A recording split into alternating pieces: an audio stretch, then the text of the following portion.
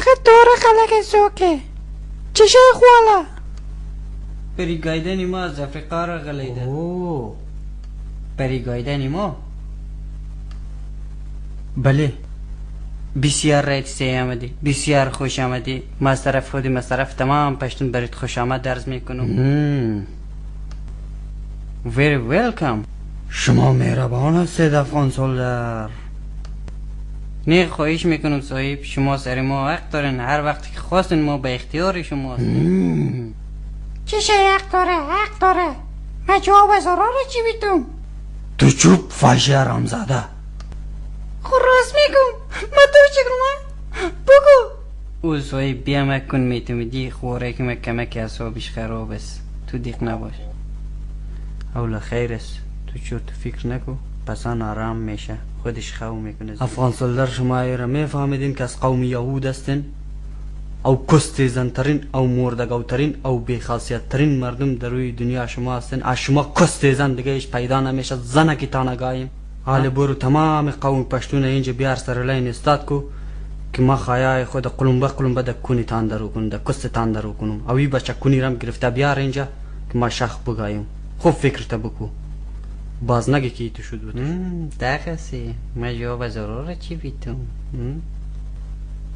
نه از ما نمیشه نه دیگه نمیشه.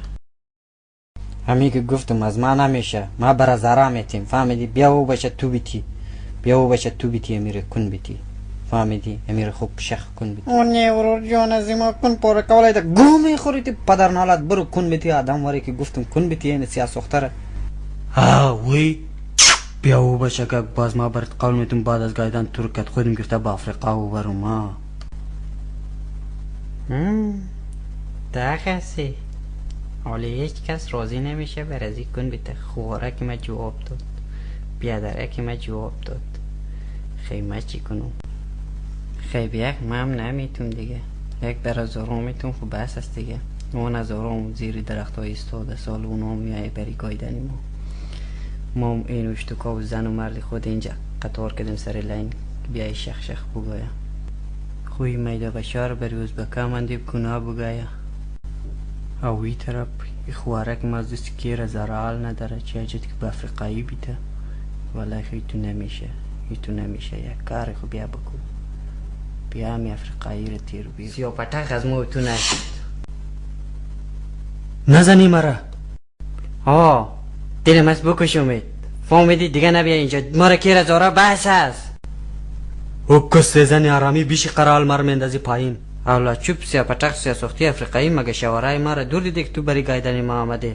بگو لا تو میخوای تمام قوم پشتون سری کیری هزاره موری تزبیه جور شوه؟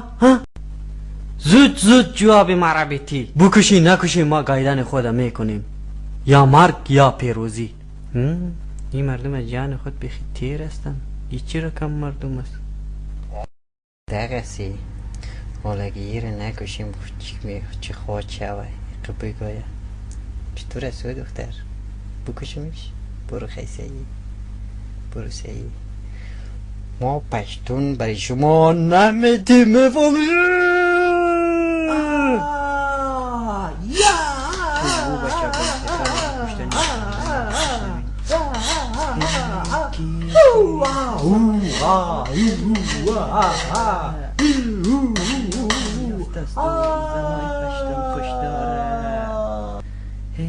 کمر شخی هزاره دیگه هیچ کس نداره. زن پشتون وقتی گایدن میگن خدای دی پاره.